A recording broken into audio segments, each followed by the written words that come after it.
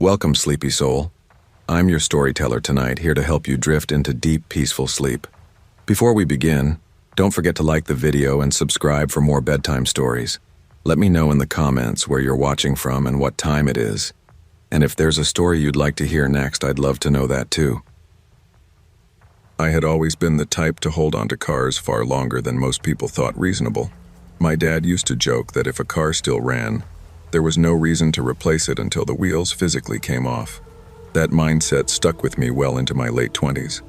By the summer of 2021, though, I finally decided to let go of my old ride, a silver 2005 Toyota Highlander I'd bought used during my sophomore year of college. It had carried me through brutal snowstorms, long solo road trips, and even a couple of desperate midnight drives when I just needed to get away from things. I'd done most of the maintenance myself, and despite the rust around the wheel wells, it was still solid. But earlier that year, after I landed a better job at a logistics company, I'd treated myself to a newer car, a deep blue 2018 Honda Accord. It had all the modern stuff my Highlander didn't. A backup camera, Bluetooth, heated seats. Once I got used to those comforts, the old Toyota mostly sat in my apartment complex's far lot, under a layer of pollen and dust. I figured it was time to sell it, not trade it in, though I knew dealerships would lowball me. Craigslist had worked for me years ago when I was buying, so I figured selling there wouldn't be much different. One humid Thursday afternoon, I took the Highlander to the empty end of the parking lot and snapped a few photos with my phone. Front, back, interior, and a shot of the odometer. I was honest in the listing: 182,000 miles. A few dings, but well-maintained, new tires, and a reliable daily driver. I priced it at $2,500, figuring I'd leave room for negotiation. That night, I posted the ad and went back to watching some old crime documentary on Netflix. I wasn't in a rush to sell, so I didn't refresh my email every 5 minutes like I used to when I sold things online. Still, the first 2 days were quiet, just a couple of obvious scam emails offering to send a cashier's check. The first serious message came late Saturday afternoon. "Hi, is the Highlander still available?" The reply came from a local area code, so I texted back, "Yeah, it's still for sale." "Cool, I'm interested. I get off work at 8 p.m. Could I come see it tonight?" We went back and forth a bit. His name was Lucas, he said, and he worked in some kind of distribution warehouse nearby. I didn't feel like inviting a stranger to my apartment complex, so I suggested we meet in the parking lot of a big grocery store a few minutes away. Well lit, public, plenty of security cameras. "Yeah, that works," he said. That night, I got to the store around 7:45. The parking lot was busier toward the entrance, but the far end, where delivery trucks usually parked overnight, was mostly empty. A few semis sat idling along the fence line. The air was thick with summer heat, and the orange glow from the lot lights reflected off the roof of my car. I sent Lucas a quick text letting him know I was there. A minute later, he replied, "What does your car look like again?" Something about that rubbed me the wrong way. The ad had plenty of pictures, and if he'd been genuinely interested, he should have remembered. "Silver Highlander, older model. I'm in the far corner by the loading docks." "Got it, I see you." Driving over now, I scanned the lot and spotted a dark gray sedan, newer looking. Maybe a 2017 Nissan Altima, making its way toward me. It pulled in close, and a man stepped out. Mid-30s, lean build, dark blonde hair, wearing a faded baseball cap and a gray t-shirt. "You must be Lucas," I said, stepping out to greet him. "Yeah," he said, shaking my hand with a surprisingly light grip. His eyes darted around the lot briefly before settling on my car. "Looks good. Mind if I check it out?" "Go ahead," I said. Unlocking it, he did a quick walk around, peered into the back seat, popped the driver's door open, and sat inside. "Runs okay?" he asked. "Yeah, starts right up," I said. "Cool. Can we take it for a spin?" I hesitated just a moment. My dad's old advice about never letting a stranger drive off without you flickered through my head, but I got in the passenger seat. We pulled out of the lot, and for the first couple of minutes, I did the usual small talk about fuel economy and maintenance records. But Lucas wasn't much of a talker. He nodded now and then, eyes straight ahead, one hand on the wheel, the other on his phone in his lap. "Hey, if you need to use GPS, that's fine," I said. "But maybe keep your eyes on the road." "Oh, right. Sorry," he said quickly, shoving the phone into his cup holder. Instead of looping around the neighborhood like I expected, he turned down a 2-lane industrial road I barely recognized. You know this area?" I asked. "Yeah, I've been down here a bunch," he said without looking at me. It was darker here, the streetlights spaced far apart, with stretches of shadow broken only by the occasional glow from a warehouse security light. We drove in silence for another minute, and then Lucas slowed down. "Something wrong?" I asked. "Nah, just want to check something real quick," he said. He pulled into a cracked, weed-choked lot beside a long-abandoned factory. The building's windows were mostly boarded up, and a chain-link fence slumped in places like it had been cut through before. I noticed then that another vehicle, a black SUV, was already parked deep in the lot. Its headlights were off, but I could see silhouettes in the front seats. Lucas killed the engine and slipped the key out of the ignition. Before I could ask what the hell he was doing, he opened his door and stepped out. "Go ahead and hop out," he said casually, though his tone carried an edge I didn't like. "Why?" "Just get out," he said louder now. The black SUV's doors opened. 2 men got out, both broad-shouldered, both moving toward us with purpose. One of them adjusted something under his jacket that made my stomach knot.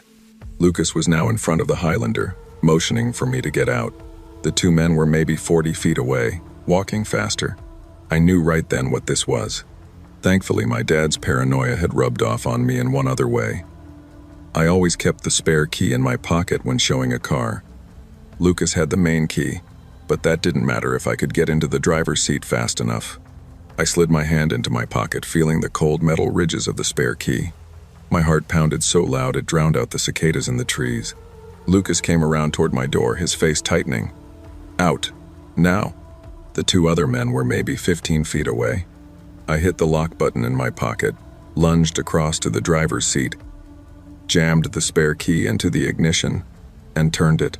The Highlander roared to life. Lucas froze for half a second, then reached for something in his pocket. I slammed the gear into drive and floored it. The SUV lurched forward, tires crunching gravel and weeds as I swerved around him. One of the men shouted something, and I saw movement from the corner of my eye, but by then I was halfway across the lot. In the rear view, Lucas and the other 2 were sprinting back toward the black SUV. I hit the cracked asphalt of the road, took the first sharp turn I saw, and didn't let up until the lot and them were long gone. When I finally pulled into my apartment complex, I sat in the car for several minutes, shaking so badly I could barely hold my phone. I called the police, gave them Lucas's description, the black SUV, and the plate number from his Altima, which I'd caught earlier in the grocery store lot. An officer called me back the next morning. The Altima had been reported stolen 2 weeks prior. They never did tell me if they caught Lucas or his friends. What I do know is that if I hadn't brought that spare key, I might not be here to tell the story.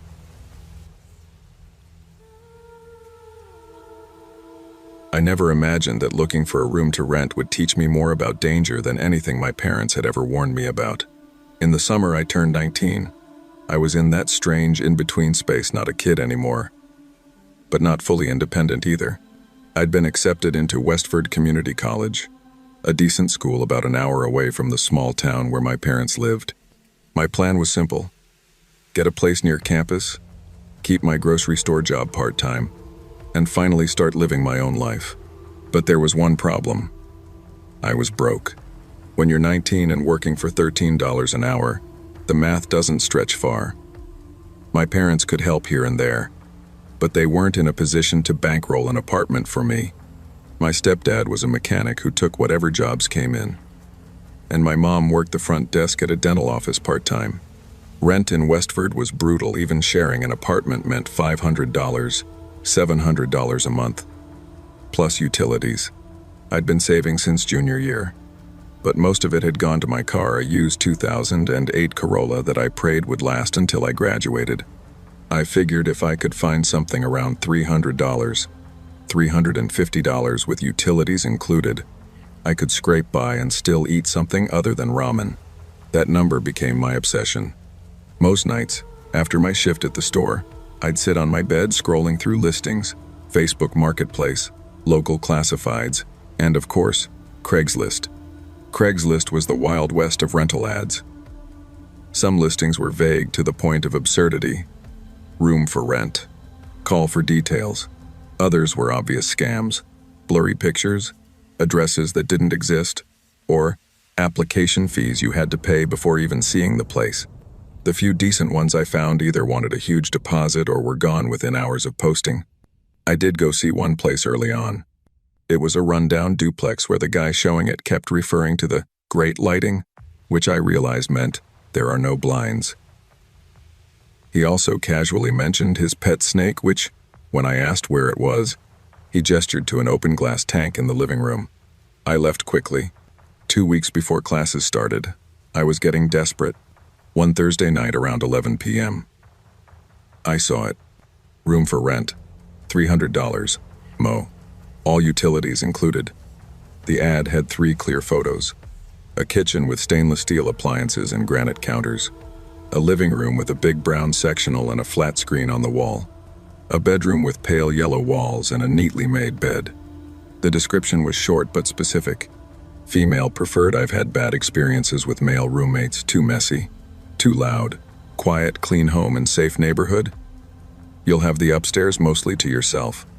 I live in the finished basement with my own entrance and kitchen, so we'll hardly see each other. The poster's name was Ronald. I stared at it for a while. $300. Utilities included. Safe neighborhood. It ticked every box. I texted the link to my mom. Me? Too good to be true? Mom? Maybe not. Let's at least go look.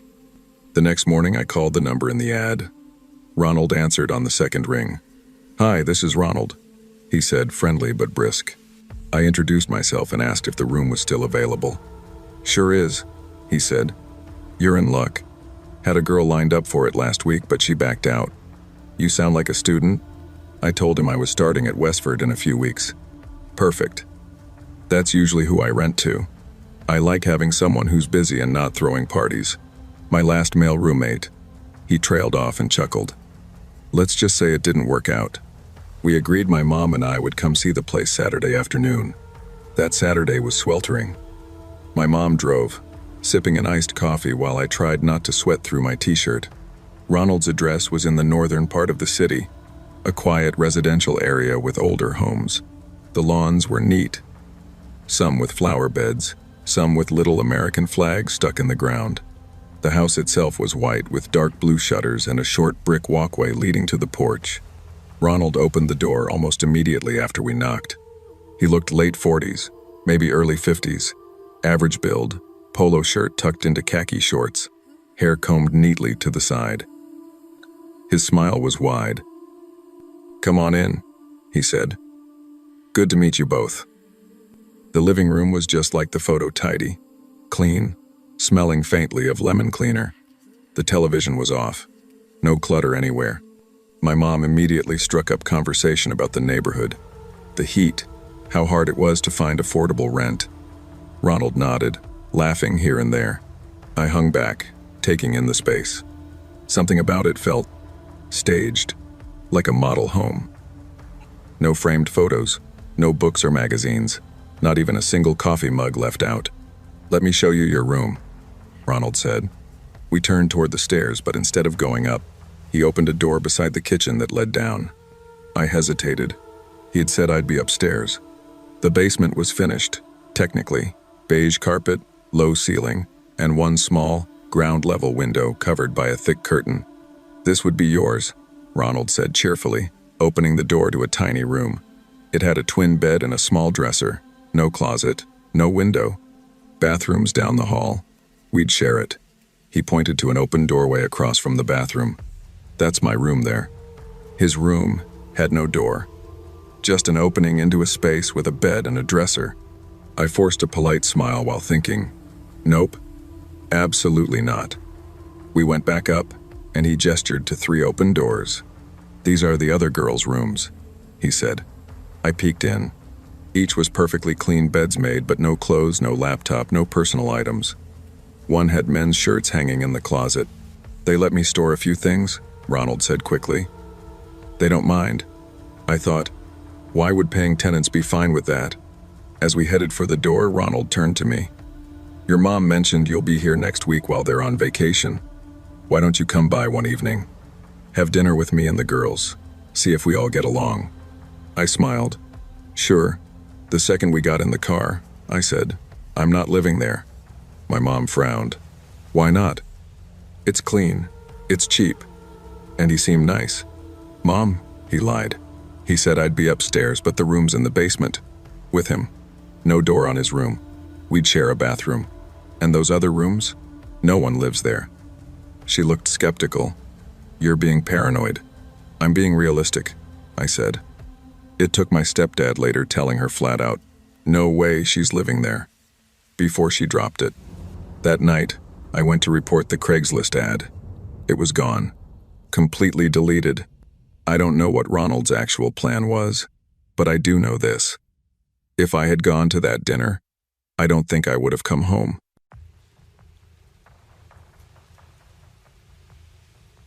I was 26 the year it happened, and my life felt like it had been ripped up and scattered, like pieces of paper in the wind.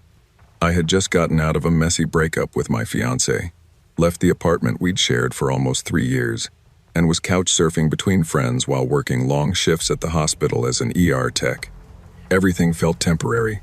My job schedule, my friendships, even my sense of self. I wanted something stable but not permanent. Somewhere to stay for a few months while I figured out my next move.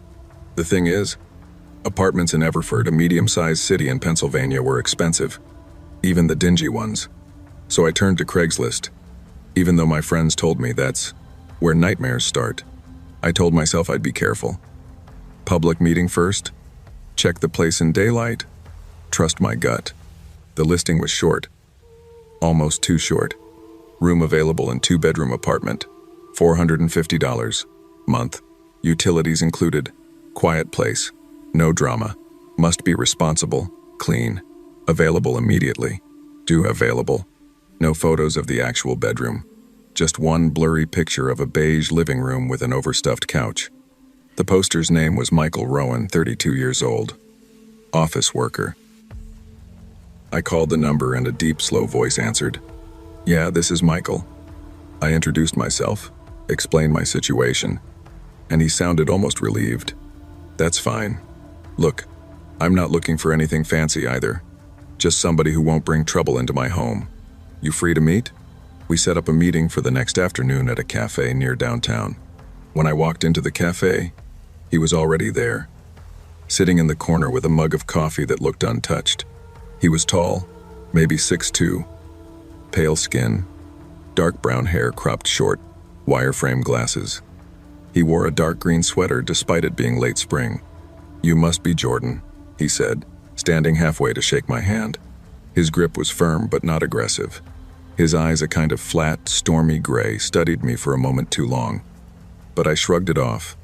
We talked about basic roommate stuff, cleaning habits, schedules, groceries. He didn't seem overly picky. In fact, he was almost bland.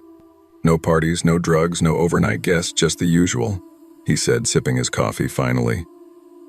I work early shifts. I'm usually home by 6. I keep to myself. Something in his tone made keep to myself sound more like I watch everything. Still, the rent was right, the location was safe enough, and I was tired of living out of a suitcase. The next day, I went to see it. The building was a faded red brick fourplex on the edge of Everford's historic district. The hallways smelled faintly of lemon cleaner and dust. Inside, his apartment was tidy to the point of feeling staged. The walls were off-white, the carpet a little worn but clean. The bedroom for rent had a single window facing the street, a closet, and nothing else. This would be yours, he said, standing in the doorway as I stepped inside. I noticed how he didn't cross the threshold. His hands were tucked in his pockets. We went over the lease month to month. No penalty for leaving early with notice, and shook on it. I moved in the following weekend. My belongings fit into one SUV trip, mostly clothes, a desk, and a mattress. Michael didn't offer to help carry anything, but he did stand at the front door, holding it open. The first week was quiet. I worked mostly night shifts, so we barely crossed paths. When we did, it was polite nods in the kitchen, a muttered, "Evening," maybe a weather comment. It was exactly what I'd wanted. 2 weeks in, I came home from work around 8 a.m. to find Michael sitting at the kitchen table, still in his work clothes, staring at his phone like it had told him bad news. "Morning," I said, heading for the fridge. He looked up sharply. "Jordan, we need to talk." His voice was tight, like he was holding something back. I set down my coffee mug slowly. "Okay, what's wrong?" He folded his hands on the table. "I've noticed people coming here." "You mean my boyfriend?" "Yes. Him." His eyes narrowed. "I don't like strangers in the apartment, especially men I don't know." I frowned. "He stops by maybe twice a week.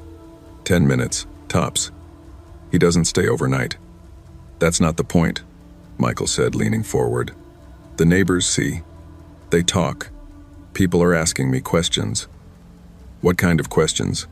He hesitated, then said, "They think you're with me." Romantically. It was such an absurd thing to care about that I just stared at him. "So, let them think whatever they want." His lips pressed into a thin line. "It makes me uncomfortable. This is my home. I expect my roommate to respect that." I thought maybe he was just socially awkward, maybe even insecure. I told him I'd limit visits, keep the peace. But then his voice dropped, almost conspiratorial. "You know, I've been watching you." I froze, my coffee halfway to my lips. "Not in a bad way," he added quickly. "Just, your eyes, there's something in them. I've seen it before. When I was a kid, my aunt had it. She was possessed." I almost laughed, thinking he was joking, but his face was completely serious. "I think you've got something dark in you," he said quietly. "I can feel it." That was my breaking point. My hands started to shake. "Michael, I think this living arrangement isn't going to work," I said, standing. He leaned back in his chair, almost relieved. "Take your time. Find another place. I'm not unreasonable." That night I told my boyfriend everything. He was furious, said I needed to get out immediately. I found a small studio across town, ready for move-in the next day. I texted Michael to let him know. His reply was just, "Okay, God bless." When I came back to get my stuff, something was different. The hallway was dim, even though it was early afternoon. The air smelled faintly of smoke. Above my bedroom doorframe was a small wooden cross that hadn't been there before. I pushed my door open and froze. Inside, my belongings were untouched, but the center of the room had 4 thick, black candles arranged in a square. All were lit, their flames unnervingly steady despite no draft. My heart pounded. Michael was nowhere in sight.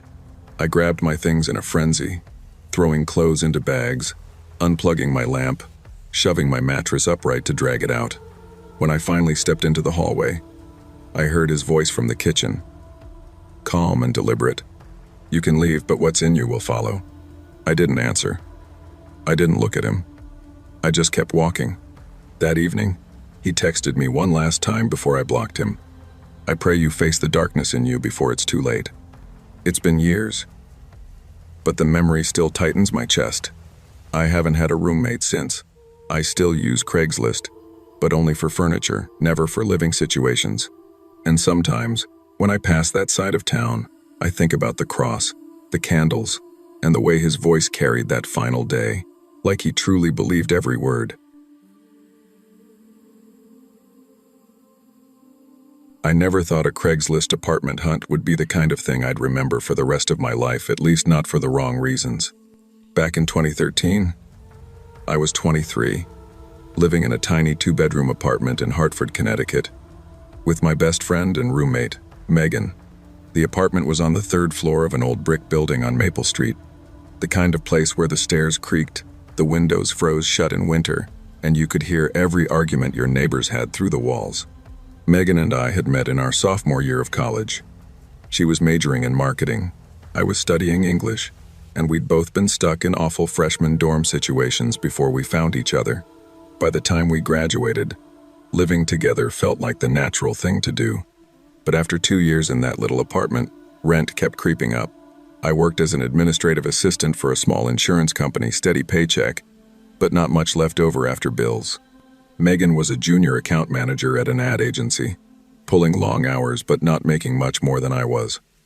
The last rent increase had pushed us into constantly eating pasta and ramen territory. We started looking for a cheaper place in the fall, telling ourselves it was temporary.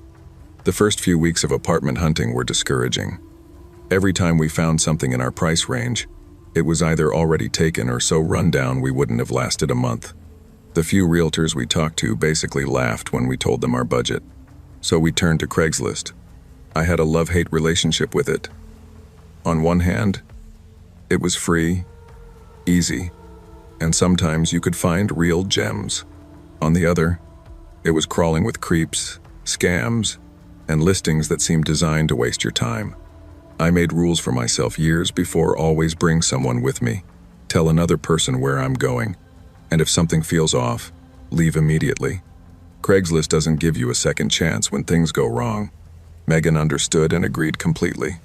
One Thursday night in early November, I was curled up on the couch with my laptop while Megan sat at the kitchen table, scrolling through her own list of possibilities. Outside, the wind rattled the windows, and I could smell the faint, burnt toast scent of the radiator heating up. "Anything?" Megan asked without looking up from her phone. "Not yet," I muttered, clicking through a string of listings. It's either beautiful and affordable but a scam, or real but livable only if we're cockroaches. She laughed, but it was tired. Then I saw it. 1 bedroom available in a 3-bedroom house, Eastbrook. $425. Mo. Utilities included. First month's rent only. No security deposit. The pictures were limited: one shot of the outside of a white 2-story house. Another blurry photo of what looked like a small kitchen. The description was short. Looking for a clean, responsible tenant for a private bedroom and shared home. Guest house access. Private entrance. Shared kitchen in main house. Something about guest house access caught my attention. "It's in Eastbrook," I said. "Not too far. Quiet neighborhood. Says $425 a month. All utilities included." Megan leaned over. "That's suspiciously cheap."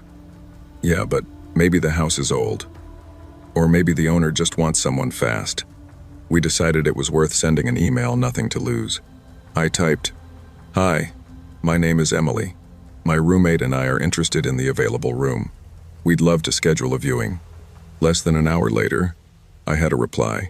"Sure thing. I'm around tomorrow evening. Does 6:30 work? Address is 148 Grove Street. Ask for Caleb." Something about the name made me think of a friendly neighbor type. Maybe because Caleb sounded like someone who wore flannel and drank black coffee. The next day, Megan and I both left work early. It was already dark by the time we turned onto Grove Street, a quiet road lined with old houses, most with small porches and bare trees in front yards. A few still had Halloween decorations out, though the pumpkins were sunken and blackened. We found 148 easily. The white paint on the siding was peeling, and the green shutters hung slightly crooked. The porch light was off despite the November darkness. "This is atmospheric," Megan murmured as she parked. We walked up the wooden steps, which sagged a little under our weight, and knocked. The door opened almost instantly. Caleb stood there, mid-30s, dark hair, stubble, wearing jeans and a faded sweatshirt. His eyes moved quickly from me to Megan and back again. "You must be Emily and Megan," he said, smiling just enough to show teeth. Come in, come in." We stepped into a narrow foyer. The air smelled faintly of cigarettes and something artificial like cheap air freshener. "Hang tight here for a second," he said, gesturing toward the space near the stairs. I just need to check if the room's ready to show you." He disappeared down the hall. Megan gave me a look. Why wouldn't it be ready? He knew we were coming. I didn't answer. I was too busy taking in the space. The living room to the right had nothing but a recliner facing the wall. No television. No coffee table. The light overhead flickered slightly. Caleb came back a minute later. "Okay, so here's the thing. The open bedroom is actually in the guest house out back. More private. Separate entrance. You'll love it. The thing is, my neighbor's been bugging me to move in there herself, and I don't want her to see I'm showing it to other people. She's persistent, so when we go out back, I just need you to walk quickly so she doesn't notice." Megan frowned. "Why would she care who moves in?" "Not." He chuckled lightly, but it didn't sound genuine. "She's nosy. Thinks she runs the block. I'll go back first and wave you over when it's clear. Okay?" Before we could say anything, he slipped out the back door. Megan leaned toward me. "This is sketchy as hell." Through the small window in the back door, I caught movement, not Caleb. 3 men I hadn't seen before were heading toward the detached garage. They didn't look like tenants. No tools, no paint cans, no friendly expressions. They walked in a straight line, disappearing behind the garage door. I met Megan's eyes. That was all it took. We turned, walked quickly to the front door, stepped outside, and made our way to her car without running. Once inside, she locked the doors, started the engine, and pulled away. 2 blocks later, my phone rang. "Caleb." I let it go to voicemail, but he called again. I answered. "Hey," he said sharply. "Where'd you go? I told you to wait. You just wasted my time." "We decided it's not a good fit," I said, trying to sound calm. "You didn't even look at it," he snapped. "Do you think you're too good for this place? Do you know how many people?" I hung up. The whole way home, Megan kept checking the rearview mirror. That night, I lay in bed replaying it over and over. The empty living room, the flickering light, the way those men walked with purpose toward the garage, Caleb's insistence on moving quickly so the neighbor wouldn't see. I've wondered for years what would have happened if we'd gone back there, and I'm glad I'll never know.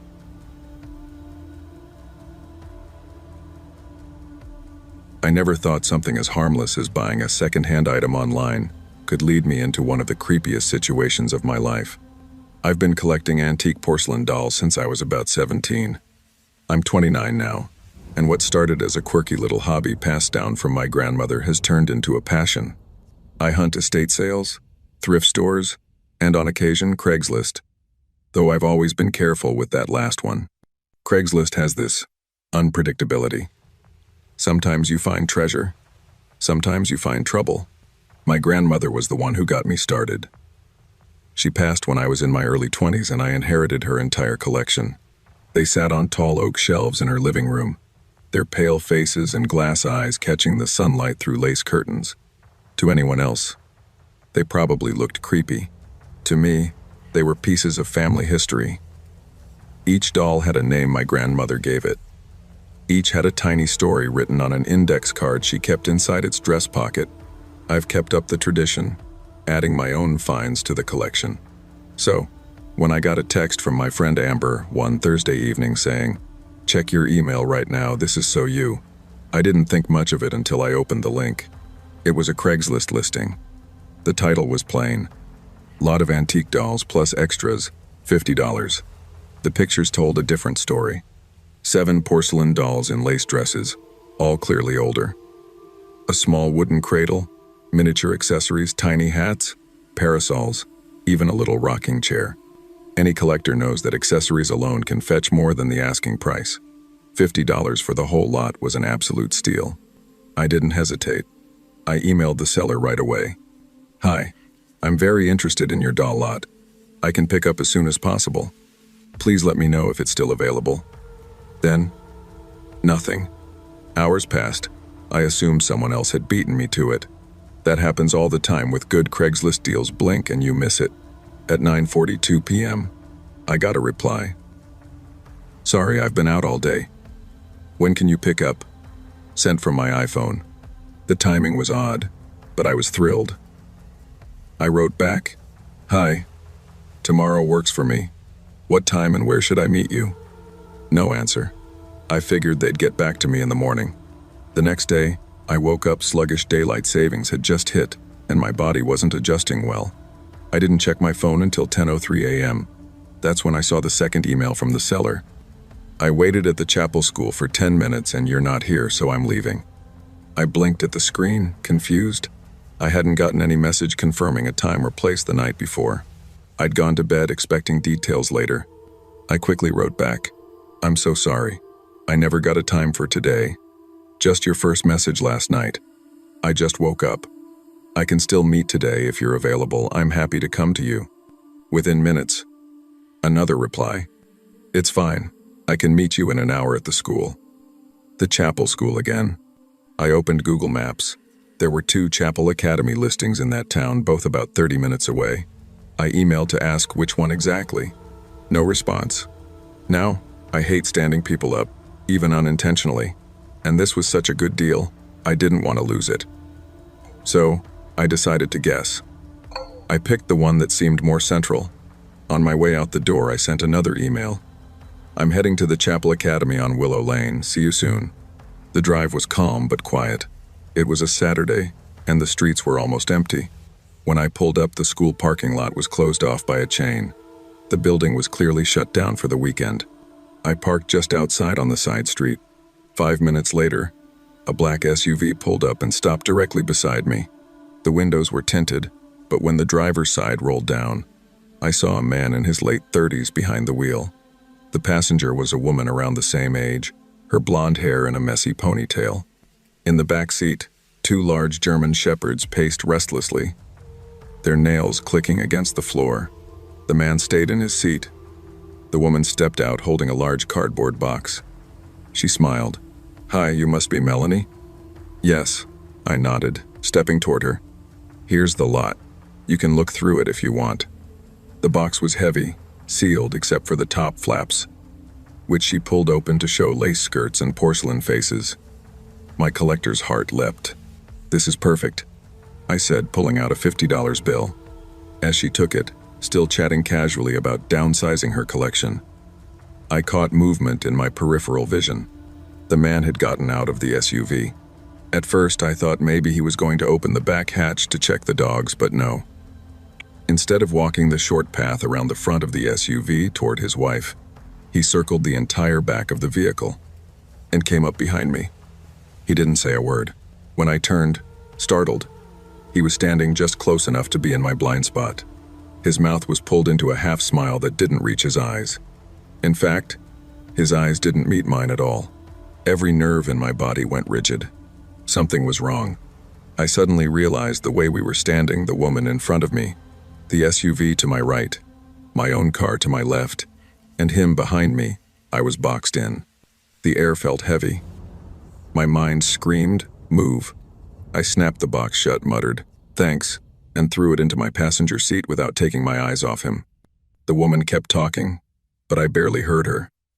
I got into my car, locked the doors immediately, and started the engine. The man didn't move, just watched. As I drove off, my hands shook. I kept glancing in the mirror, half expecting them to follow me. They didn't, but I couldn't shake the feeling that if I'd lingered even 30 seconds longer, something would have happened. The whole setup played over in my mind. The vague meeting spot, the delayed responses. The dogs in the car, why bring 2 large, restless dogs for a 3-minute exchange unless they were part of some distraction? The unnecessary way he came up behind me after the transaction was over. They'd been so quick to reschedule when I stood them up the first time. Almost too quick, like they lived close, and were eager for me to try again. I still have the dolls. I keep them in my guest room, untouched. Every time I look at them, my stomach knots. I've bought plenty from strangers before, but I've never felt that kind of cold, creeping dread in my life. I don't think I overreacted. I think they were testing me.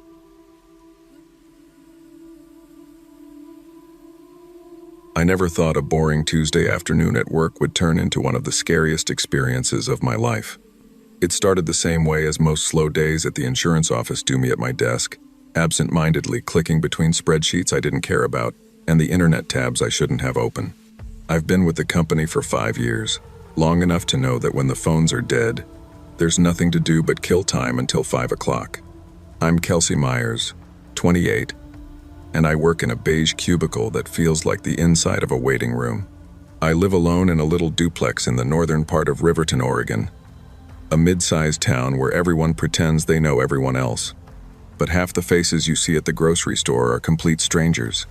That day, my boss was out working from home, which usually means he's golfing, and the office was so quiet I could hear the hum of the fluorescent lights above me. I'd already scrolled through Instagram, checked my email 3 times, and skimmed the local news headlines twice. I didn't feel like doing online shopping because payday was still 3 days away. That's when I remembered something a coworker had mentioned a few months back: Craigslist's missed connections section. "You ever read those?" she had said, leaning over my cubicle wall with a smirk. "People write these desperate little ads hoping the stranger they saw at the coffee shop will find them. Half of them are romantic and half are creepy as hell." I'd laughed it off at the time, but boredom makes you do dumb things. I typed Craigslist Riverton into the search bar, clicked community, and then missed connections. The page was a wall of bizarre, oddly specific headlines. Woman in red coat at Home Depot. Saturday. Guy with beard and tattoos in Safeway checkout line. Tall man with blue truck. By the dog park. Most of them sounded harmless enough, but also kind of sad. I clicked on a few just to see what they were like.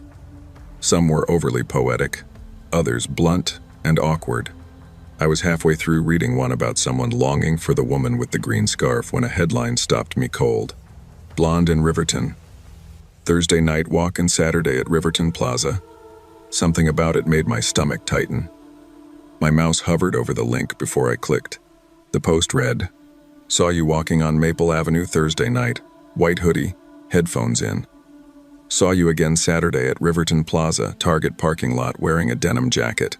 Would like to meet you. Let me know if I can come by sometime." My heart thudded hard against my ribs. Thursday night, I had gone for a walk along Maple Avenue. Saturday, I'd been at Target wearing my denim jacket. That's specific, I muttered to myself. I scrolled back up, hoping maybe I'd misread. But no, those details were dead on. I tried to rationalize it. Riverton's not tiny, but not huge either. Maybe whoever wrote it lived in my neighborhood and had just recognized me in both places. But the "let me know if I can come by sometime" part made my skin crawl. I didn't reply. I closed the tab and told myself it was just a coincidence. That night, my best friend Hannah came over. We've known each other since high school, and she's the kind of person who can tell when I'm holding something back. "You're acting weird," she said, dropping onto my couch with a bag of takeout. "What's going on?" I hesitated before telling her about the ad. She set her food down, eyes wide. "That's not normal, Kels. That's a stalker move." "It could just be a neighbor," I said weakly. "A neighbor who knows your walking route, your Target trips, and feels entitled to come by sometime." "Yeah, no." She made me pull the ad up on my laptop so she could read it herself. But when I navigated to missed connections, I froze. There was a new post at the top. Blonde in Riverton, Part 2. The timestamp said it had been posted less than an hour ago. My fingers felt numb as I clicked it. "Saw you leaving work today around 4:45. Pretty sure you saw me too. Hope you read one of these and get back to me." Hannah swore under her breath. "They know where you work," she said flatly. I glanced toward my front window, half expecting to see someone parked outside. Nothing. My work parking lot is big enough that someone could sit there unnoticed, but still knowing they'd been watching made my skin feel too tight. We decided to close the curtains and watch television, trying to shake it off. For a couple days after, I checked Craigslist constantly. No new posts. I paid extra attention to my surroundings, but saw nothing unusual. I almost let myself believe it was over until a week later. It was a Tuesday again. I got home from work, dropped my bag on the kitchen table, and passed into the living room. That's when I saw a car idling on the street directly in front of my house. It wasn't a familiar car, an older silver sedan with a dent in the back bumper. As soon as I stepped closer to the window to get a better look, it pulled away. The next day, Halfway home from work, a car pulled out behind me from a side street. The same silver sedan. I told myself it was a coincidence, but my gut was screaming otherwise. The car made every turn I made. By the third turn, my palms were sweating on the steering wheel. At the intersection before my street, the sedan finally turned in the opposite direction. I still felt shaky when I got home. That was the moment I decided to respond to one of the ads. I typed a short, blunt message. "Stop following me. Leave me alone." I hit send and stared at the screen for a long time afterward, waiting for some kind of reply. Hours passed. Nothing. At around 9 p.m., I closed my laptop and went into the living room. That's when I saw it again, the silver sedan, parked in the same spot as before. I leaned closer to the window. The driver's seat looked empty, but in my peripheral vision, movement caught my attention. A man was walking across my front yard. He was tall, wearing a dark hoodie, his face partially shadowed. He wasn't heading toward the sidewalk, he was heading toward my front door. My pulse went wild. I ducked away from the window, grabbed my phone, and dialed 911. While it rang, I heard the faint metallic sound of my doorknob turning, then a knock. I ran into my bedroom and locked the door. I told the dispatcher in a low, shaking voice what was happening. She told me to stay on the line, that officers were on their way. 15 minutes later, I heard the muffled shouts of police outside. When they knocked and called my name, I finally came out. The man was in my backyard trying to force open a window. They had him in cuffs. He was a stranger, not a neighbor, not someone I'd ever spoken to. In his pocket, they found a folded printout of my Craigslist reply. I moved 2 weeks later. I never went back on Craigslist. And sometimes when I'm walking to my car at night, I still glance around, half expecting to see a silver sedan in the distance. I always thought I was pretty good at keeping myself out of trouble. Not because I was the most cautious person in the world, I wasn't. In fact, in my first 2 years of college, I'd gone to my fair share of questionable parties, walked home alone at night more than once, and even hitchhiked once, something I still can't believe I did, but I'd managed to avoid anything really bad happening to me. By my junior year, though, I was broke enough to start pushing my luck in new ways. Money had been a problem since the end of spring semester. My hours at the library, my on-campus job, had been cut way down after the older student who used to share the shift graduated, and my boss decided to just spread the work around, instead of giving me full hours. I was down to about 12 hours a week, just over minimum wage, and my summer savings were long gone. My rent was due in 2 weeks. The number in my checking account wasn't going to cover it. I had a moment of panic one night sitting on my thrift store couch in our off-campus apartment, staring at my bank app on my phone. My roommates, Brian and Kyle, were both out, one at his girlfriend's place, the other at work, so I just sat there in the silence, listening to the ceiling fan tick every few seconds as it wobbled slightly. I knew my parents couldn't help much. They were already doing as much as they could, and asking them for more would just make them feel guilty. I'd already maxed out my student credit card. That was when I remembered something a guy from my history class, Devin, had said a couple of months ago. If you're desperate, man, check Craigslist. General labor. Sometimes people pay cash for dumb stuff like moving a couch or raking leaves. Easy money. At the time, I'd laughed it off. Craigslist felt like one of those places you only heard bad things about: scam jobs, creepy messages, catfishing. But desperate was exactly what I was now. So I opened my laptop, pulled up Craigslist, and clicked on the general labor section. Most of it was junk. Work from home, $200 day. Scam. No experience needed. Reply with your bank info. Scam. Looking for hot young men to serve drinks shirtless. Hard pass. I scrolled past dozens of posts before one caught my eye. Yard cleanup, $120 cash. Friday night. I clicked. The ad was short. No photos. No details. Just, need someone to help clear out my yard. Should only take 2-3 hours. Must be available Friday night. $120 cash. There was a phone number at the bottom. Text is best. I leaned back in my chair. $120 was exactly what I needed to keep my bank account from going negative. Until my next tiny paycheck came in. Yard work didn't scare me. I'd grown up helping my uncle cut wood and haul junk in the summer. The only weird part was the Friday night thing. Yard work was usually a daytime job, but maybe the person worked late. Maybe they wanted to avoid the heat. I told myself it wasn't worth overthinking. I pulled out my phone and typed, "Hey, I saw your ad on Craigslist for yard cleanup. I'm free Friday." The reply came back almost immediately. "Great. Can you start at 9 p.m.? I hesitated for a second. 9 was late. Really late for yard work. But I didn't want to come off as picky, especially if they might just find someone else.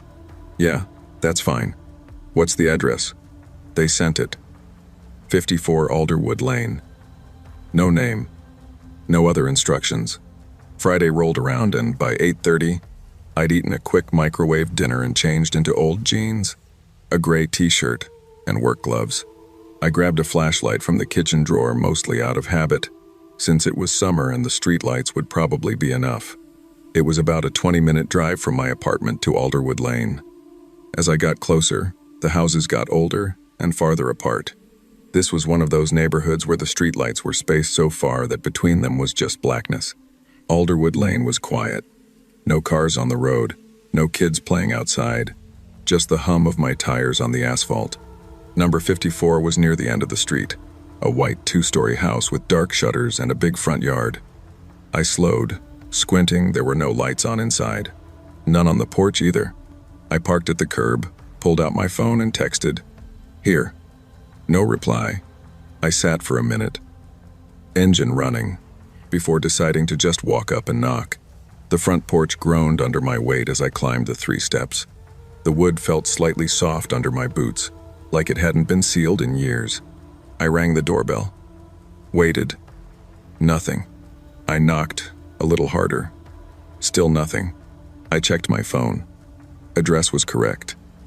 Time was 8:55. I was even early. I was just about to turn back to the car when I heard it. Footsteps. They were soft, deliberate, coming from the side yard to my right. I turned my head, trying to see around the big maple tree near the corner of the house, but the trunk blocked most of my view, and the light from the nearest street lamp didn't reach that far. The footsteps stopped. "Hello?" I called out, trying to sound casual. "I'm here for the yard work." No answer. The silence stretched. Then the footsteps again, slower this time, closer. I felt my pulse pick up. There was something strange about the rhythm of them.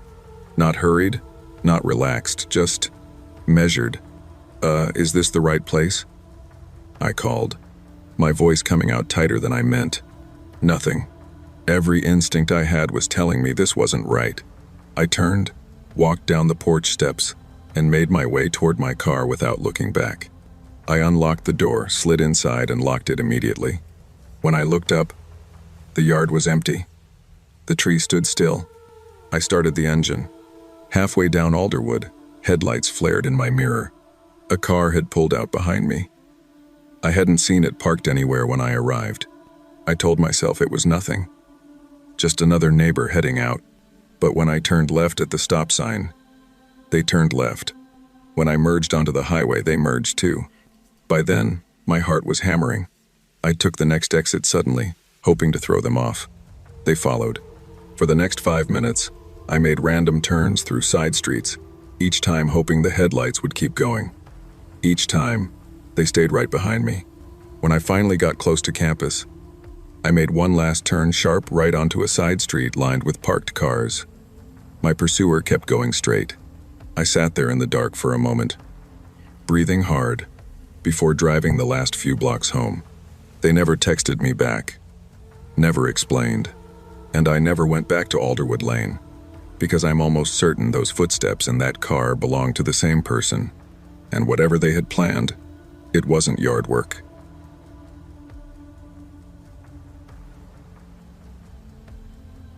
I had been putting it off for months. The 58-inch Panasonic plasma television sat like a forgotten monument in the corner of my dining room, perched on an old black oak stand with glass doors. It wasn't broken, just obsolete. We'd upgraded to a 65-inch OLED last year, mounted neatly above the fireplace. And my wife had been hinting, well, outright telling me, to either sell the old one or donate it. But every time I thought about getting rid of it, I told myself, I might as well make some cash off it instead of just giving it away. It wasn't that we were struggling financially, we were doing fine, but I'd always been the kind of guy who hated seeing things go for free when they still had value. The truth was, I was also a little sentimental. That Panasonic had been the television we bought when we moved into this house in Mapleford 7 years ago. It had been there for movie nights, holiday football games, and the endless binge-watching phases my wife Emily and I went through. But now it was just sitting there. Finally, after catching Emily staring at it for the third time in a week with that, "Are you going to do something about it? Or should I look?" I told her, "All right, fine, I'll put it up on Craigslist tonight." She smirked like she'd just won a bet. "Good. And price it to actually sell, okay? You have a bad habit of overestimating what people will pay for old tech." I rolled my eyes. "I'm not putting it up for $50. That thing's still in great condition." She shook her head, heading upstairs. "Just don't make it so high that nobody even messages you." That night, I took a few pictures, angled shots to make it look nicer than it probably did, and posted the ad. 58-inch Panasonic plasma television with oak stand, $250 OBO. I thought the price was fair, maybe even a little low, given the stand was solid oak. 3 days went by with nothing, not even a scam email. I started thinking Emily might be right, so I hovered over the edit listing button, about to drop it to $200. That's when my phone buzzed. It was a text from a number I didn't recognize. "Hi. I saw your ad for the Panasonic and stand. Is it still available?" I replied. "Yep. Still have it." The person texted back almost immediately. "Great. Mind if I come see it tomorrow?" I hesitated. I'd sold plenty of stuff on Craigslist before, and I usually preferred meeting in a public parking lot, but this thing wasn't fitting into my Civic unless I strapped it to the roof like a cartoon. The only way for a buyer to really see it was to come to my house. "Only if you're serious about buying it," I typed. "Definitely serious. Tomorrow evening work?" We agreed on 7 p.m. I gave him my address, which I admit now was the first mistake. The next evening, around 6:55, I had the television and stand angled near the front entryway so he wouldn't have to come deep into the house.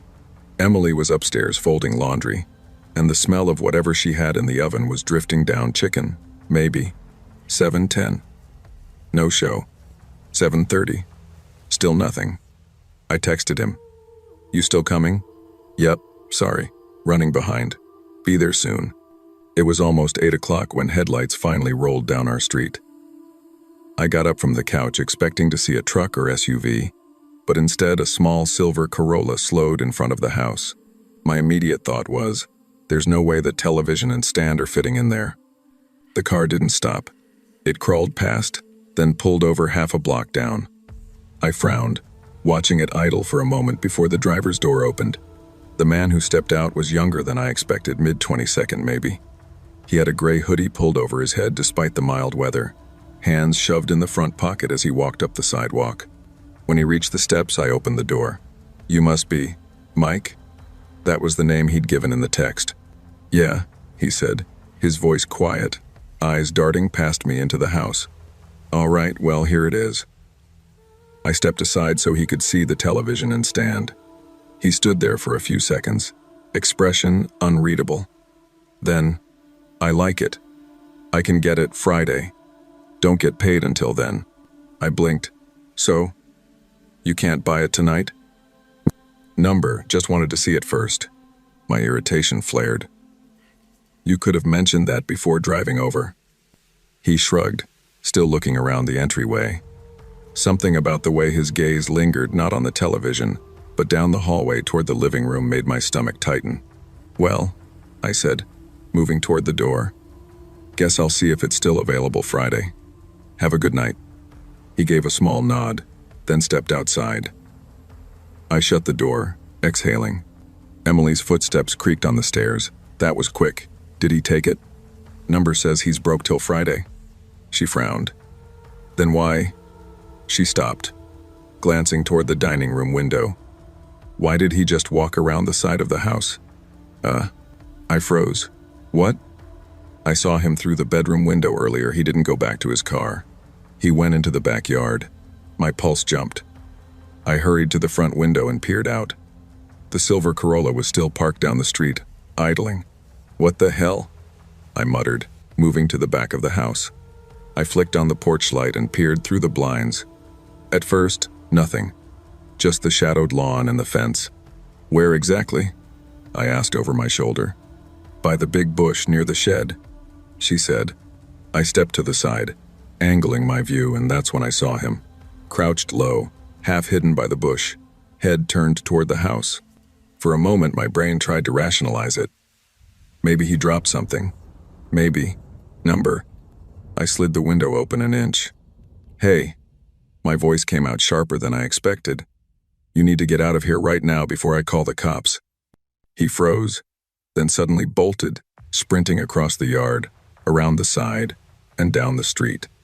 Emily and I rushed to the front window in time to see him dive into his car. The Corolla peeled away, taillights vanishing into the dark. I locked every door and window that night. The next morning, I deleted the Craigslist listing and filed a report with the Mapleford PD. They said they'd keep an eye out, but with no real crime committed, there wasn't much they could do. Still, for the next week, I found myself checking the street every night, half expecting to see a silver Corolla parked down the block. I never did. But every now and then, I wonder what if Emily hadn't been upstairs by that window. What was he planning to do back there, crouched behind the bush? And was it even about the television at all?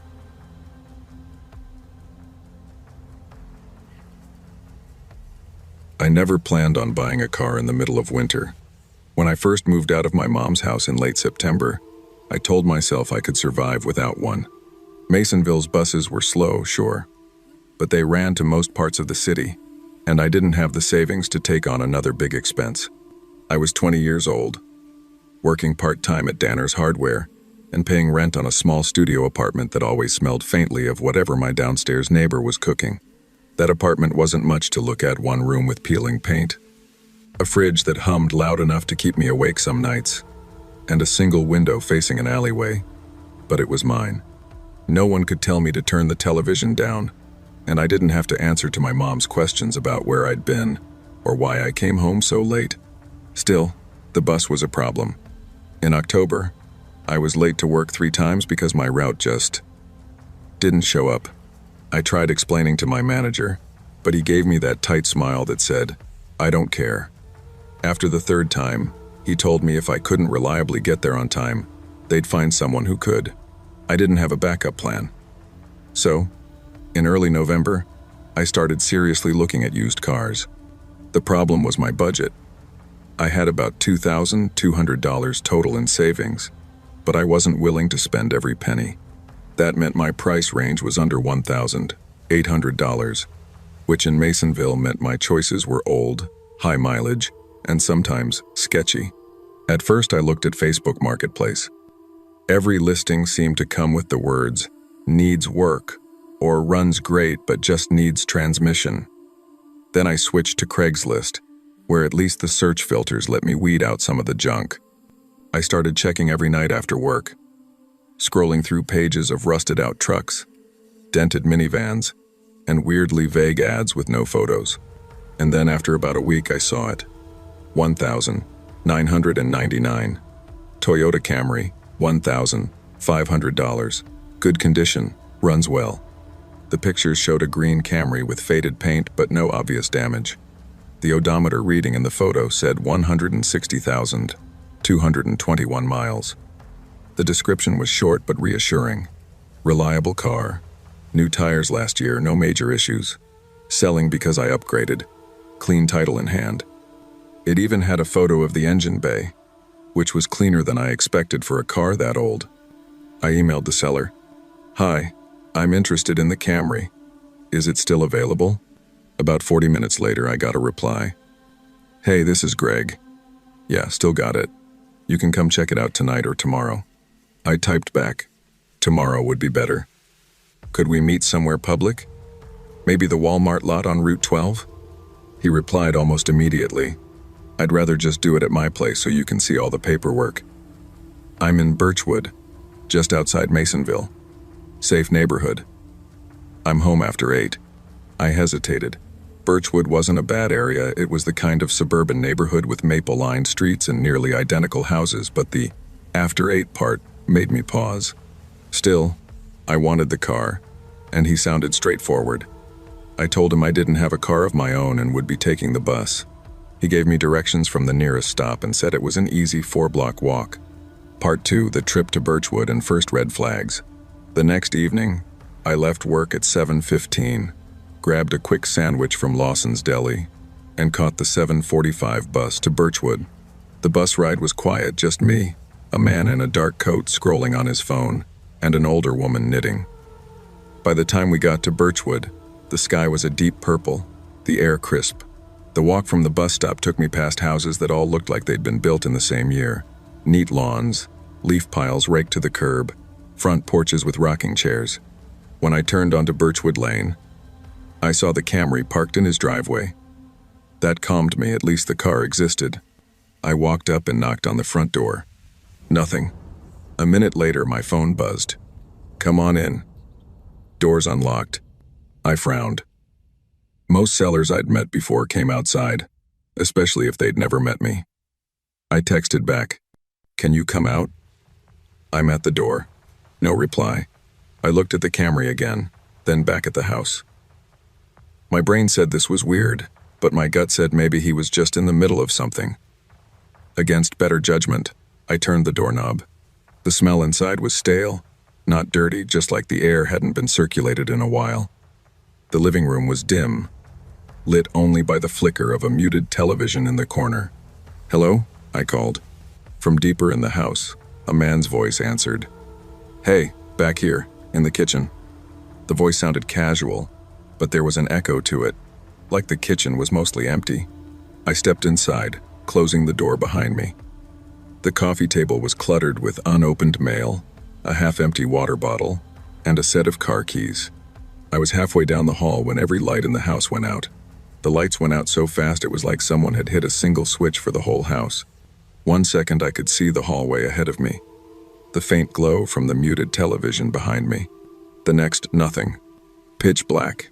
Greg? My voice sounded too loud in the dark. No answer. That's when I heard it. Footsteps.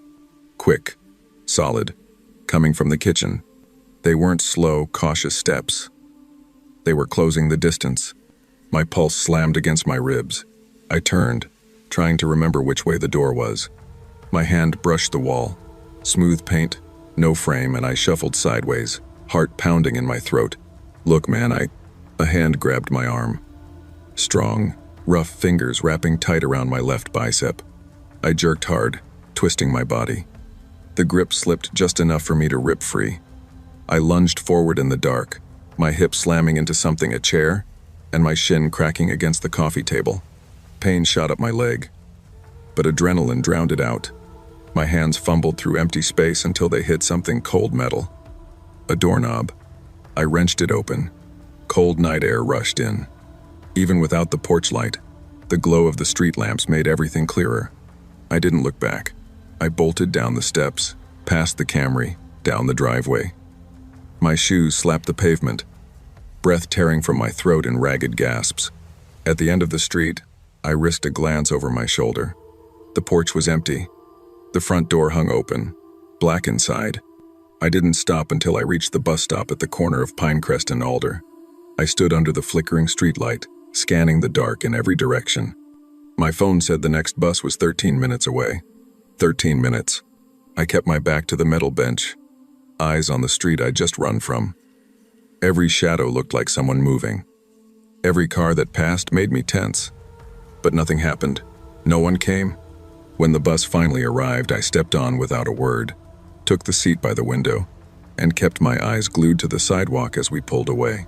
Back in Masonville, I walked straight home. I didn't even take my shoes off. I just sat on my bed, phone in hand, and pulled up Craigslist. The ad was gone. Deleted. I called the non-emergency police line. Gave them the address, told them what happened. The dispatcher's voice stayed calm and neutral. "We'll send someone to check it out," she said. I didn't sleep that night. Every creak in the building made my skin prickle. 3 days passed. Then, while I was on break at work, my phone rang. Unknown number. "This is Officer Prater with Masonville PD," the voice said. "You filed a report about an incident on Birchwood Lane?" "Yes," I said, my throat tightening. "We checked the property. 148 Birchwood Lane has been vacant for several months. The utilities were shut off in August. No one named Greg has ever been listed as a resident there. The vehicle you described was reported stolen 2 days before your visit. We're still investigating, but I wanted to update you." I gripped the phone tighter. "So, whoever was there wasn't supposed to be," he finished. "If you get any more contact from that number or email, don't respond. Call us directly." I thanked him, hung up, and just sat there in the break room, staring at the wall. My sandwich sat untouched. I didn't use Craigslist for a long time after that. When I finally did, I noticed something I'd never paid attention to before: how many listings said, "Must meet at my house or come after dark." I thought about how easy it would be to set a trap. For weeks, I kept seeing the image of that open front door in my head, the black inside, the way the voice had echoed, and sometimes, especially late at night, I'd remember the feel of that hand on my arm.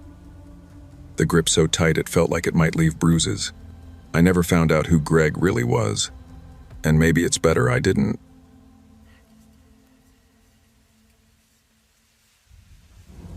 I still remember the exact week it happened, partly because it was my first taste of real financial independence, and partly because it was the first time in my life I felt that gut-deep certainty that someone was about to hurt me. I had just turned 16 a couple months earlier. That summer, I'd landed my first real job, a part-time evening shift at a small pizza place called Riverfront Slice, tucked between a laundromat and a faded corner bar on the edge of Millhaven, a quiet little town in upstate New York.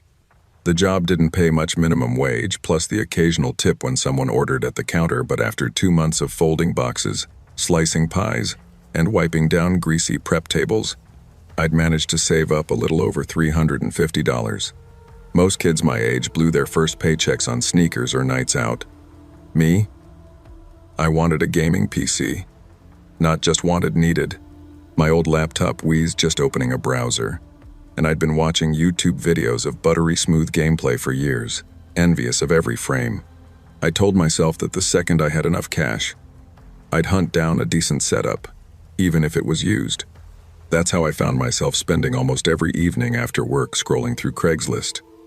I'd sit on my bed, uniform still smelling faintly of oregano and melted cheese, phone screen glowing in the dark.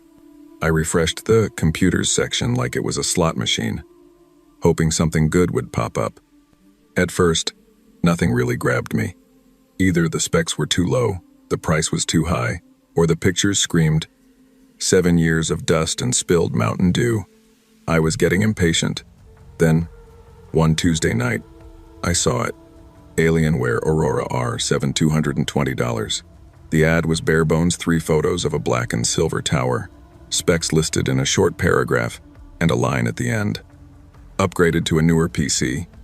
Don't need this one. Works perfectly. It wasn't cutting edge, but it was way better than anything I'd used before. My heart thumped a little faster when I realized it was only $20 over my budget. I could make that work. I clicked the reply button and sent a short email. "Hi, I'm interested in the Alienware PC you're selling. Is it still available?" I got a reply just 15 minutes later. "Hey, yeah, it's still available. You want to meet tomorrow?" His name, according to the email signature, was Daniel. I wrote back, "Sure. Where are you located?" "I'm in Briarford. We can meet at the Shopmart parking lot on Kingston Avenue." Briarford was about 35 minutes from Millhaven. It wasn't exactly close, but I'd driven that way before with my dad to visit a bigger shopping center. The Shopmart was one of those giant grocery stores that never seemed to close. I hesitated, then typed, "Any chance we can meet halfway?" His reply came quick. "I'd like to, but I've got a crazy week ahead." Only time I can do this is tomorrow evening in Briarford. The evening part made me pause. I didn't love the idea of meeting a stranger in a parking lot at night, but he must have sensed my hesitation because another email popped up a minute later. I can send you some videos of it running if that helps. And if there's any problem with it when you get home, I'll refund you. He sent 2 short videos, one showing the PC booting up, another with a game running smoothly. My excitement overrode my concern. I told him I'd be there at 8 p.m. The next day crawled by.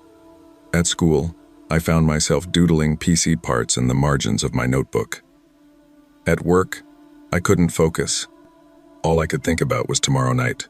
Me in my room with my brand new, to me, gaming rig. By 7:20, I was on the road. The sky was painted in streaks of orange, fading into deep purple as I drove down the 2-lane highway toward Briarford. My little 2007 Corolla rattled on every bump. But I didn't care. When I pulled off Kingston Avenue into the ShopMart lot, my stomach sank. The store was dark. No glowing signs, no cars, no people. The lot could fit maybe 200 cars. But mine was the only one except for a dark blue pickup parked way in the back, near the row of cart returns. I slowed to a crawl. My headlights swept across the truck. A figure sat in the driver's seat, head turned toward me. That had to be Daniel. I parked 2 spots away, cut the engine, and grabbed the envelope of cash from my backpack. As soon as I stepped out, the night air hit me cool and still, with the faint smell of wet asphalt. The man in the truck didn't wave. He didn't smile. He just leaned over slightly, looking at me like he was checking to see if I matched some mental picture. He opened his door and stepped out. My first thought was, he's older than I expected. Late 40s, maybe early 50s. Thinning brown hair, wiry build, wearing a faded denim jacket. "You're here for the PC?" His voice was low, flat. "Yeah," I said, keeping my distance. "All right, it's in the back." He walked around to the passenger side of the truck and opened the rear door. Inside, I could see the Alienware tower just like in the pictures, but it was on the far side of the back seat, closer to the opposite door. "You can grab it and take a look," he said, standing by the open door. Something in my gut twisted. From where I stood, I noticed something strange. The inside handle on the open door was gone. Just an empty metal plate where it should have been. I glanced at him. He was watching me closely. Too closely. I forced a smile. "Could you slide it closer? It's heavy. Easier if you get in." His tone had shifted, more insistent. My heart started thudding. I looked back at the truck, then at him. "I'll just look from here," I said, stepping back slightly. His eyes narrowed. "It's fine, just grab it." Every instinct screamed at me to leave. "I forgot I need to call my dad real quick," I blurted, stepping backward toward my car. "Hey," he said sharply, taking a half step forward. I didn't wait. I turned, got in my car, locked the doors and started the engine. In my rearview mirror, I saw him close the truck door and climb into the driver's seat. But instead of following me, he pulled out slowly and drove toward the far exit, disappearing into the dark. When I got home, I told my parents everything. My mom went pale. My dad called the Briarford police, but all we had was his email and a vague description. The officers said they'd keep an eye out for any similar reports. I checked Craigslist for weeks afterward, hoping to see the ad again so I could report it, but it never came back. Sometimes I wonder if he switched to a different alias, or if he's still out there, waiting for the next kid looking for a good deal. All I know is this next time someone insists you meet them in a dark, empty parking lot, just don't.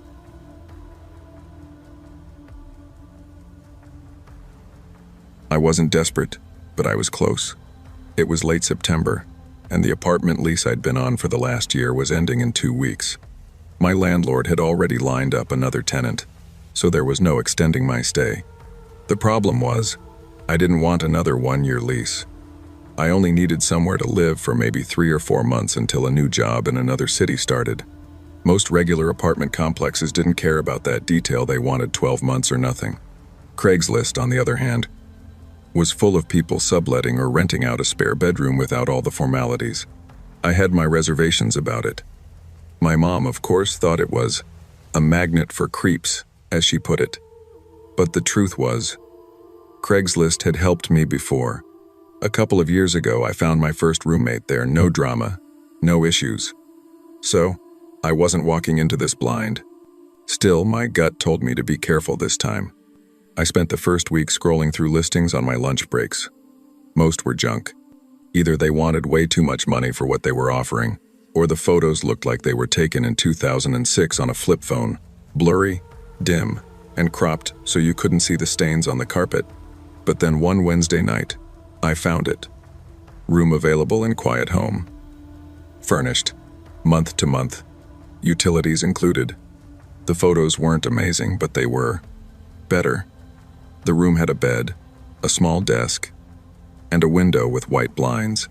The walls looked freshly painted, and the ad claimed it was 20 minutes from downtown Fairgrove, close enough to my work. The poster's name was Evan. Age listed, 22. I shot him a message. Me. Hey, I'm looking for a short-term rental. Is the room still available? Evan. Yeah, it is. How long would you be needing it for? Me. Around 3 months. I start a new job in January in another city. Evan. Cool, that's fine. You can come check it out if you want. We exchanged a few more texts over the next 2 days. He seemed casual, maybe a little rushed in his responses, but not outright suspicious. On Saturday afternoon, I got his address.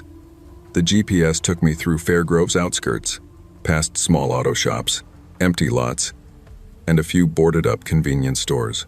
When I turned onto Pine Hollow Drive, my stomach sank a little. The houses here weren't abandoned, but they looked tired, paint peeling, shutters crooked, yards overgrown with knee-high grass. A couple of porches had rusted appliances sitting on them like lawn ornaments. I told myself not to be judgmental. Cheap rent often meant less than perfect surroundings. Evan's address was a single-story tan house with a dented metal mailbox leaning at a slight angle. His driveway was cracked, and weeds grew up through the gaps. I parked, turned off my car, and sat there for a second. The blinds in the front window were closed. I grabbed my phone and texted him. Me. Hey, I'm here. Evan. Cool. Doorbell's broken. Just knock. I got out, walked up to the door, and knocked twice. I heard it almost immediately thud. Thud. Thud, heavy footsteps coming right to the door. They stopped. 15 seconds passed. The door opened just a crack. A man's face appeared in the narrow opening, but it wasn't a 2-year-old. His skin was weathered, his hair longer than shoulder length and unkempt. Tattoos climbed up the side of his neck and disappeared under the collar of a faded t-shirt. You must be? He asked. Leah, I said, trying to sound casual. He nodded once, then swung the door open all the way. Come on in. I hesitated for only a heartbeat before stepping inside. The air hit me first musty, like damp carpet and cigarette smoke that had been there for years. The front hallway was narrow, lined with mismatched picture frames. The man moved fast, speaking over his shoulder. I'm Evan. Sorry if the place looks rough. Been doing some work on it. If this was after work, I didn't want to imagine before. The carpet was stained, and the walls were dotted with small holes where nails used to be. We moved through the kitchen in seconds. Old yellowing cabinets, some hanging crooked, others missing entirely. A sink full of cloudy water and dishes. Here's the hallway rooms on the right, he said quickly. I stopped in the doorway to the bedroom. It was smaller than in the pictures. The bed frame was cheap metal, the mattress thin. A small desk sat in the corner under a single bare light bulb. I stepped just inside the room, my hand still on the doorframe.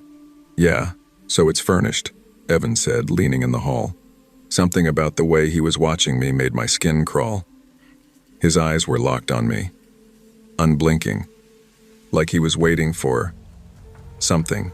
I gave a polite nod and said, Okay, thanks for showing me.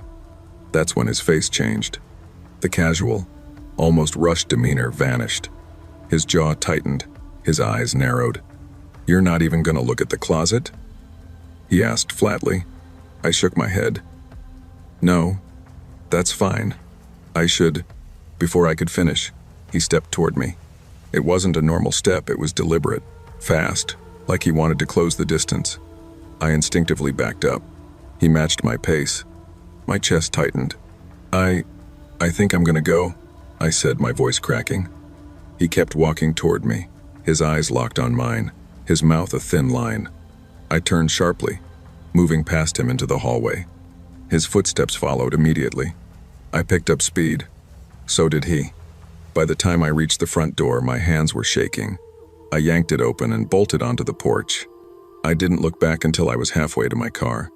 Evan stood in the doorway, one hand on the frame, watching me. Then, with a sudden force, he slammed the door shut. I got in my car and drove. My hands wouldn't stop trembling until I was 3 blocks away. Later that night, lying in bed in my soon-to-expire apartment, the reality hit me. Nothing technically happened. I wasn't touched, grabbed, or threatened out loud. But my instincts, the ones that only scream when something is very wrong, had been going off from the moment the door opened. I thought about what might have been in that closet. I thought about the 15 seconds he waited before opening the door. I thought about why someone would lie about their age in a rental listing. I didn't think about Craigslist again. I deleted the app.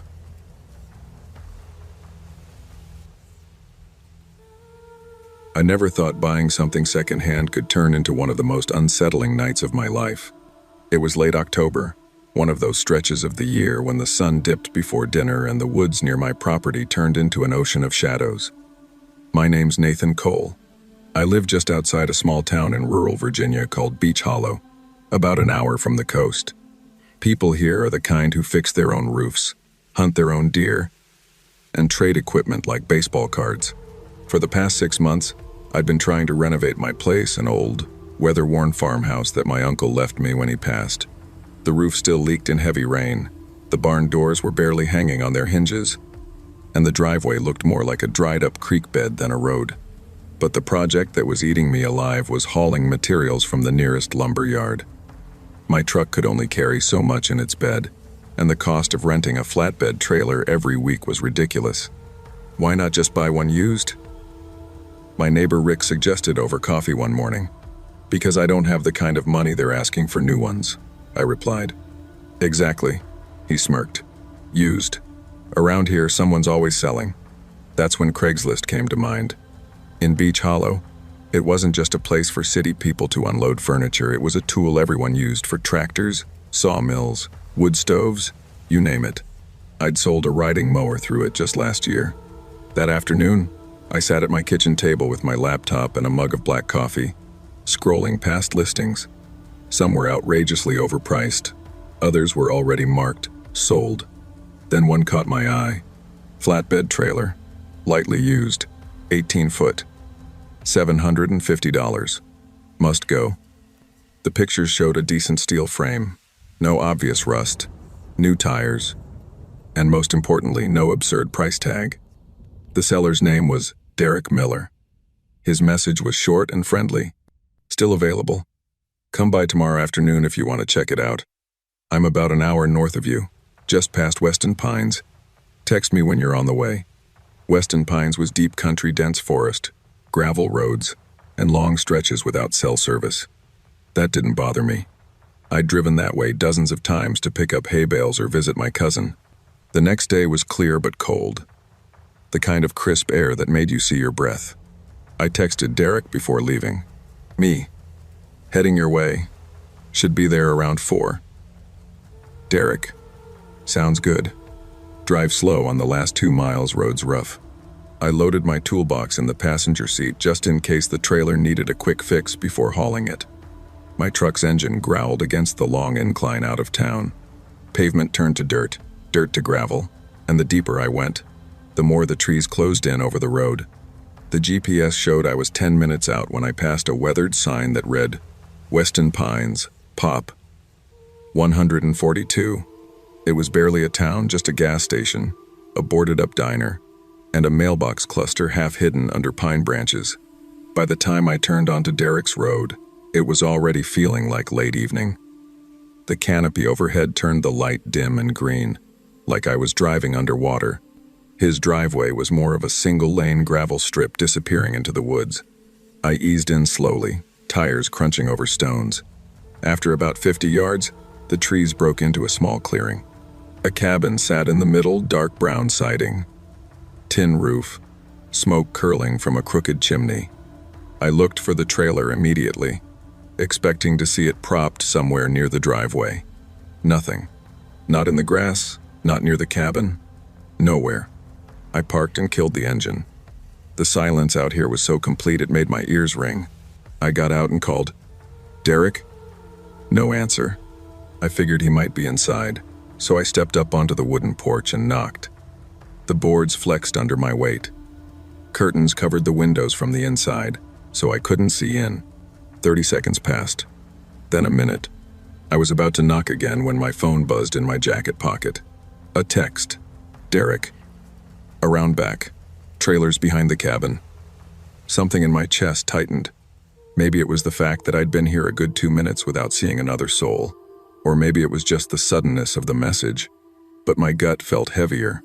Still, I told myself not to be paranoid. Trailers are bulky. Maybe he kept it away from the front for space. I stepped off the porch and started around the right side of the cabin. The ground here sloped slightly, pine needles damp under my boots. "Derek?" I called again. No answer. Halfway along the side of the cabin, I stopped. From here, I could see the backyard, if you could call it that. It wasn't cleared land at all. Just thick forest starting immediately behind the cabin. Trunks packed so tightly there was no way an 18-foot trailer was sitting back there. I stood there for maybe 3 seconds, just staring. That's when I heard it movement. A quick, deliberate crunch of leaves, like someone had shifted their weight. I turned toward the sound, my eyes scanning the tree line. Nothing moved. I took a step back toward the front, already deciding this was too weird. Another step. Then fast footsteps breaking into a run. I didn't think. I bolted. My boots dug into the damp ground as I rounded the corner and saw my truck. The sound of someone pounding after me grew louder, grass tearing, breath cutting the air. I didn't look back until I hit the driver's side door, yanked it open, and threw myself inside. For half a second I saw him in my side mirror, a man, maybe mid-30s, in a dirty canvas jacket, charging out from the side of the cabin. Then he vanished behind the structure. My hands fumbled the keys before I finally got the engine to turn over. Gravel sprayed behind me as I tore down that narrow driveway, the cabin shrinking in the rear view until it was gone. I didn't stop driving until I reached the gas station back in Weston Pines. Heart still hammering, I sat there with my hands on the steering wheel, replaying every second. I called the sheriff's department. The deputy on the other end sounded surprised when I gave the address Derek had texted. "That's strange," he said. "There's no registered residence there. That's state-owned land supposed to be vacant." The next day, a deputy called me back. They'd gone out to investigate. No one was there. The cabin was abandoned, rotted in places, with no running water or power, no trailer anywhere. They couldn't find any trace of Derek Miller in the county records. I still don't know who the man was or what he wanted. But I do know one thing: if I'd walked all the way around that cabin, I probably wouldn't be here to write this.